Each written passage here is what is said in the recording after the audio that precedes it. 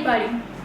અમરેલી લીલિયા પોલીસે બિનકાયદેસર દેશી બાવળના લાકડા ભરેલું આઈસર પકડી પાડ્યું। લીલિયા મોટા બૃહદ ગીરમાં એશિયા સિંહોના રહેઠાણ વિસ્તારમાં પાછલા કેટલાય સમયથી વાઘણિયા, ટીબડી, ભોરીંગણા, કાંકરજ સહિતના વિસ્તારમાં કોઈપણ પ્રકારની મંજૂરી વગર સરકારી પડતર, સરકારી ખરાબો, ગૌચર જમીનમાંથી ગાંડા બાવળની આડમાં મોટા પ્રમાણમાં દેશી બાવળ સહિત દેશી કુળના વૃક્ષો મોટા પ્રમાણમાં કપાઈ રહ્યા છે।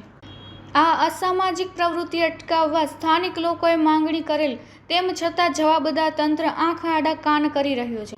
ગત રાત્રિના સમયે પીઆઈએમડી સાણુકેની સૂચના અને પીએસઆઈ વાય.એમ. જાડેજાના માર્ગદર્શન તળે લીલિયા પોલીસના પોલીસકર્મી મહેશભાઈ ચૌહાણ, અમીનભાઈ જુણેજા નાઇટ પેટ્રોલિંગમાં હોય તે દરમિયાન પોલીસને ચોક્કસ બાતમી મળતા ભોરીંગણા લીલિયા માર્ગ પરથી બિનકાયદેસર દેશી બાવળના લાકડાનો જથ્થો ભરી પસાર થતું GJ14 Z4418 વાહન ચાલક જયંતિભાઈ કલાભાઈ મકવાણા રહે ભારાપર, તાલુકો તળાજા, જિલ્લો ભાવનગરને રોકી પૂછપરછ કરતા લાકડાનો જથ્થો ભોરીંગણાથી ભર્યો હોવાનું જણાવેલ। આઈસરમાં દેશી બાવળનું 9 ટન લાકડું કિંમત ₹45,000 તેમજ આઈસર ટ્રક કિંમત ₹4 લાખ મળી કુલ ₹4,45,000નો મુદ્દા માલ જપ્ત કરેલ।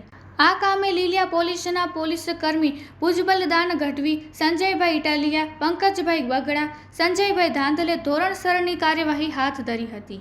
રિપોર્ટ બાય સરફરાજ ખોખર, વીજ પડી, અમરેલી।